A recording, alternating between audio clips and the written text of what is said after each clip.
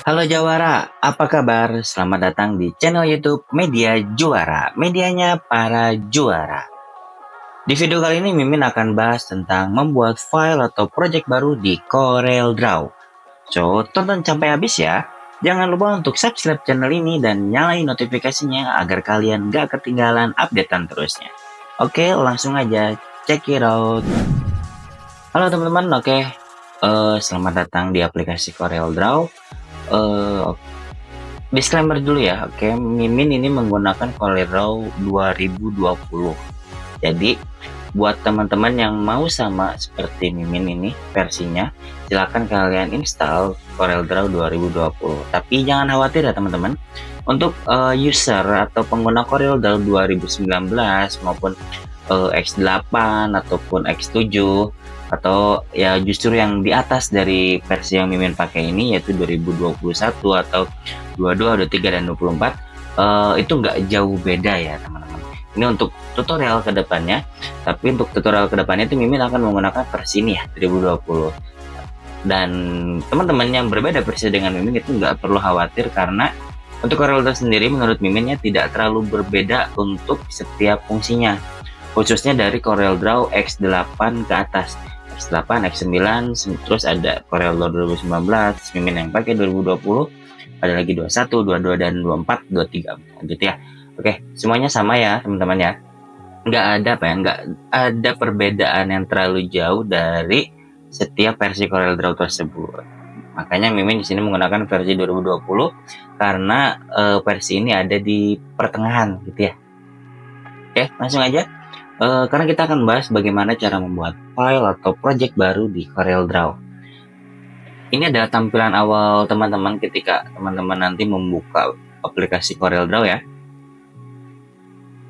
Kita akan membuat sebuah file baru. Caranya sangat mudah teman-teman.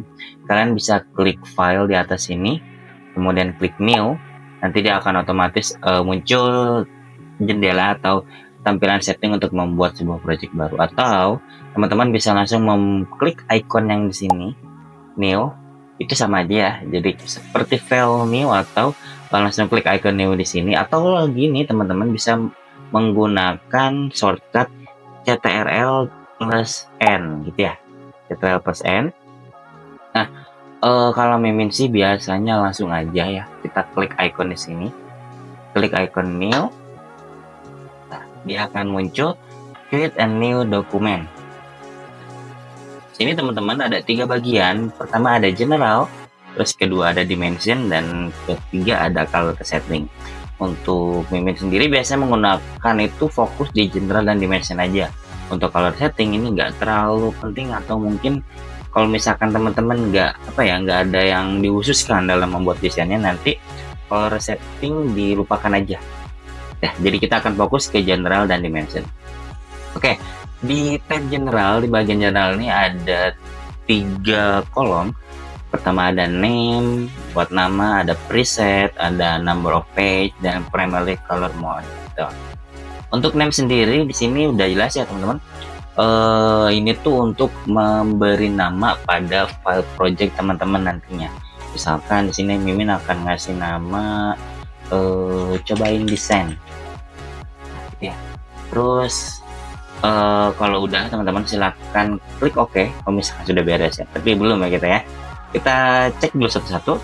Terus kalau misalkan di bawah nama nih ada apa, ada preset itu nanti teman-teman bisa nge-save atau menyimpan semua pengaturan yang ada di sini untuk dijadikan sebuah preset. Makanya di sini presetnya ada custom. Kalau misalkan teman-teman sudah membuat, misalkan sudah beres semuanya ya, dari nama, terus page, camera mode, dimension juga sudah diisi semuanya, silahkan klik di sini dan klik save preset. Maka teman-teman nanti kalau misalkan membuat sebuah file baru itu bisa menggunakan preset yang sudah teman-teman bikin gitu ya. Oke, selanjutnya ada number of page. Number of page ini kalau misalkan teman-teman suka menggunakan Microsoft Excel, di bagian pojok kiri bawahnya itu suka ada yang kayak sheet 1, sheet 2, sheet 3 tah. Kalau di Corel itu namanya page. Bisa teman-teman langsung membuat 3 page misalkan, atau 4 page, atau mau langsung banyak 10 page bisa nggak apa-apa. Tapi sini kita akan membuat 2 aja dulu cobain ya. Oke, teman-teman. Lanjut ke primary color mode. Di sini ada CMYK dan ada RGB. Apa sih bedanya?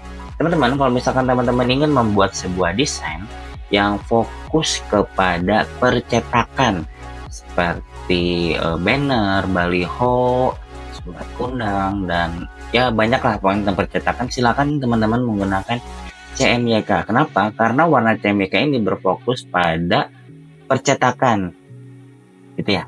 Sementara kalau misalkan teman-teman ingin membuat sebuah desain yang difokuskan untuk digital illustration atau misalkan digital imaging, atau mungkin seperti poster yang diperuntukkan untuk Instagram yang 1:1 ukurannya, atau mungkin membuat desain story, silakan teman-teman menggunakan primary color mode RGB. Kenapa? Karena RGB itu sejatinya adalah warna layar ya, warna display red, green, blue yang biasa teman-teman pakai di handphone atau tablet, laptop, komputer, monitor, dan sebagainya. Gitu ya teman-teman. Oke, selanjutnya kita akan lanjut ke dimension. Di dimension ini kita bisa mengatur lebar, ukuran, panjang, dan lebar dari page atau misalkan dari kanvas yang nantinya teman bikin. Kita lihat di sini ada page size. Page size di sini kalau misalkan kita klik, di sini ada banyak pilihan ya, ada A4, A2, A1, A3, ada B5. Biasanya teman-teman kalau misalkan pakai buat tugas mungkin itu A4 ya. Atau kalau setengahnya A4 misalkan ada A5, ukuran binder ya. Gitu. Kalian silakan sesuaikan dengan kebutuhannya, misalkan mau 4 aja ya. Oke. Selanjutnya di sini ada width, height, dan sebelahnya nih seperti ini namanya unit. Unit itu apa? Unit itu satuan dari ukuran kertas yang akan teman jadikan acuan untuk membuat sebuah kanvas atau page.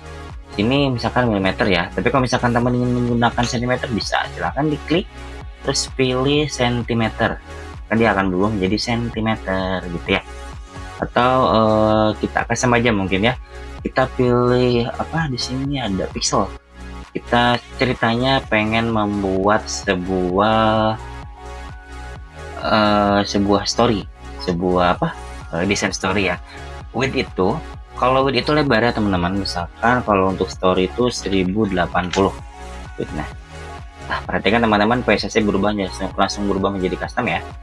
Terus untuk height itu adalah tingginya berapa. Misalkan kalau misalkan untuk story itu 1920 pixel. Oke, gitu ya teman-teman. Ini tuh ukuran story berarti ya, dengan ukuran 1080 kali 1920 pixel. Oke, kita lanjut ke orientation. Orientation itu apa ya? Istilahnya seperti bagian atau arah kalau misalkan mau horizontal ataupun vertikal. Kalau ini orientation itu sebutnya portrait dan landscape. Kalau ini udah pasti portrait ya, karena lebarnya itu 1080 dan height-nya itu 1920. Tapi kalau misalkan teman-teman ingin membuat ukuran slider carousel misalkan ya, silahkan klik landscape dan dia akan berubah nanti ya. Silahkan kita klik ini. Ya, langsung berubah ya, 1920 kali 1080. Oke, kita kembalikan lagi ke orientation portrait. Oke, gitu ya. Selanjutnya ada apa nih? Ada resolution. Kalau untuk Bumi sendiri sebenarnya tidak pernah mengubah resolution ya. Kita pakai resolution yang sudah ada atau sudah default dari sananya itu 300. Kenapa? Karena kalau Bumi sendiri lebih nyaman untuk pakai resolution paling tinggi. Ya, karena emang mungkin kalau misalkan semakin tinggi resolution, apalagi semakin tinggi juga dimensinya, itu akan semakin besar juga poster atau desain yang nanti akan teman-teman bikin, jadinya bisa jadi berapa MB misalkan. Atau saya dulu pernah bikin banner ukuran 10 meter kali 20 meter, itu jadi wah besar kali teman-teman, bahkan bisa sampai ratusan megabyte ya. Oke, jadi kalau setting kita nggak usah diatur terlalu ini ya, tapi kalau misalkan teman-teman mau pakai silakan nyali RGB profile, DCMYK profile, masih satuan dari pengaturan general yang ini teman-teman. Oke, kita langsung setelah semua pengaturannya telah disesuaikan dengan yang teman-teman inginkan, kita klik OK dan yes. Oke, sudah jadi ya teman-teman. Ini sudah jadi ukuran kanvas yang 1080 pixel kali 1920 pixel sesuai dengan yang kita bikin tadi ya.